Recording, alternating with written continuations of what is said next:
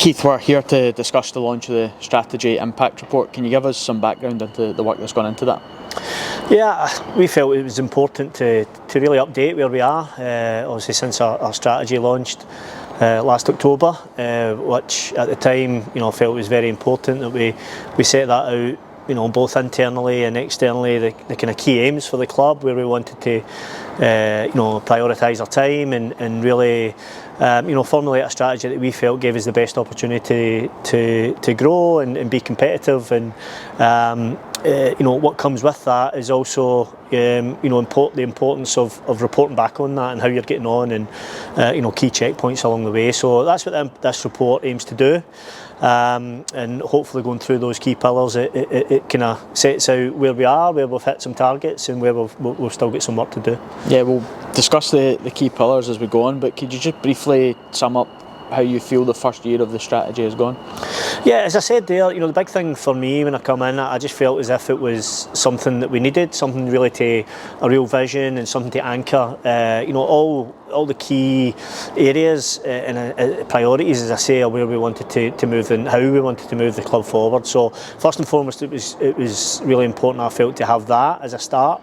But then part of it is also that you don't do all that work, come up with a strategy document, and then it's kind of left on a shelf and it looks nice and fancy, but you don't actually then back it up with the actions that you've set out. So I think this document is really important because it hopefully keeps that momentum up. It lets, as I say, internally with staff and players, everybody connected with the club internally, lets them know how we're getting on and the part that they're playing in that. And then obviously externally to extended stakeholders and sponsors and supporters, obviously.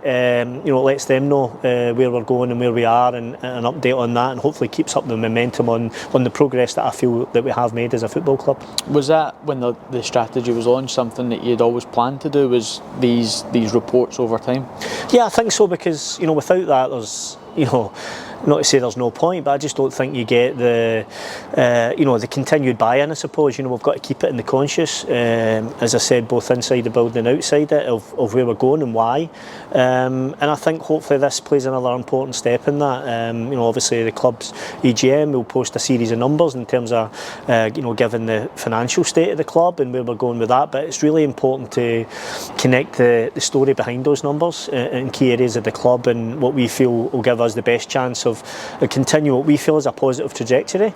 But it's good to, good for momentum, I think, to keep the foot on the accelerator, if you like, and as I said, signify areas where we're doing well, and signify those areas where we need to keep that motivation and keep that that combined effort to try and push on. If we look now at the three pillars, if we look at the first one, was Paisley. The key goals being to increase community impact, strengthen local partnerships and build brand awareness. Where do you think we're at 1 year in with that?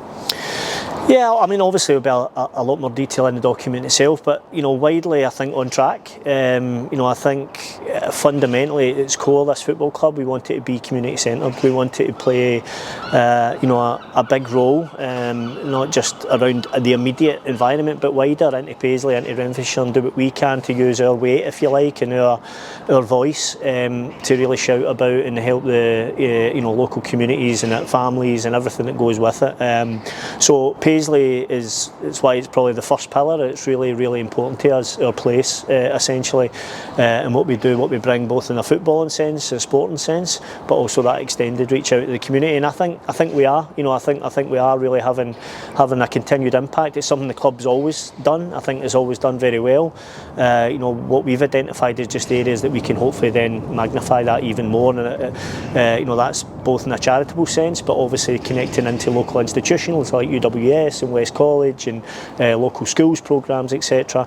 And for me, again, this all goes back to it. Fundamentally, we feel that gives, for what we want to be and what we want to be known as a brand and as a football club, and also hopefully it helps us be a connector to the local community in terms of business, as I say, that will help drive our revenues also. I think if you look at the last couple of weeks as well, especially the community pillar, you would see the importance of that. We've had the Winter Warming Initiative, the toy drive with Home Start, the MOU with UWS. Talk to us how important all those have been. Yeah, really important. It's about being more than just a football club. We know at our core we're a football club that so many people in the Paisley area have got an affinity to through through supporting the club themselves or through a family lineage. It's such a rich history at this football club. But what we've also got a really rich history on is actually, as I say, being more than that as well, and playing a part in a local community at a very difficult time in the wider world in terms of a cost of living crisis. And we just want to play our part in the initiatives that you mentioned there, in terms of the toy drives and warm bank collections, the fantastic work the Charitable Foundation are doing, our Street Stuff programme, which is in its 15th year, which is an absolutely fantastic programme, and the work that it does in the wider community. If we can be something that connects all of those things and it almost becomes greater than the sum of their parts, essentially, then again we just see that as that is the future for this football club, being that force for good in Paisley and beyond. The next pillar is the people pillar, which obviously surrounds the personal development, one club culture and telling our stories. Can you give us a little bit of insight on how you feel that's progressed? Yeah, again, another a key aspect to the club's growth. We want to, it's all about people development, essentially being the big word there. Obviously our mission statement is to be the best community centred development football club in Scotland, and that development piece is really, whether you're a player, whether you're a staff member, anybody connected to the club, we want to be an environment that you can come and progress, essentially, and you can come and develop, and it's up to us, myself and the board, to try and put the building blocks in place that allows this to be an environment for that to be the case. So whether it's a young player coming through an academy that eventually hopefully comes into the first team and then we sell on at the right time, or a staff member for that matter, operational or on the football side, that comes in, has a fantastic contribution to this club first and foremost, but then hopefully uses this, as I say, as a place that they can go on and excel in whatever line of work that is. So again, that's what we want this club to be known for. That's what I'm really focused on this club being known for. And I also think, with that culture and building that culture, it gives us the best chances as a football club of success. A culture where improvement is the kind of A1 responsibility, if you like, for everyone. Through our staff appraisal process, for instance, there's clear KPI set that really connect into the strategy itself, and people, I think, feeling valued and knowing what part they're playing into the bigger picture. And again, that's another real key aspect of the people pillar. And then the last pillar is performance. The key goals there surround one club alignment of the football strategy, creating elite performance culture and an environment, and team performance. How do you feel that's progressed over the last year? Yeah, again, I think it's in progress. I think you see that as it's a difficult landscape that we're in, particularly when you look at the fight for the top six and the other ownership structures that we see across Scottish football now, and that's ever evolving, I think. So we know we need to punch above our weight, essentially, in the performance piece, but again, by being together, by having an aligned strategy from top to bottom, from boardroom all the way through the first team down through the academy. I think that alignment is the key word there, and the introduction of the football board in the last 12 months, I think, has really helped in that alignment, with representation all the way from the boardroom, as I say, through myself and through the key departments. I think we're starting to hopefully see the initial signs and the building blocks for what we hope will visibly bring that, be it through our own young players coming through, or by us trading in a really optimal manner young players that we can then hopefully then sell on, that feeds back into the whole cycle of the club in terms of the business side of it. So we feel, again, we're making progress with the infrastructure around that allows us to support an environment like that, support a player development environment, which we've still got work to do, but we're on with that.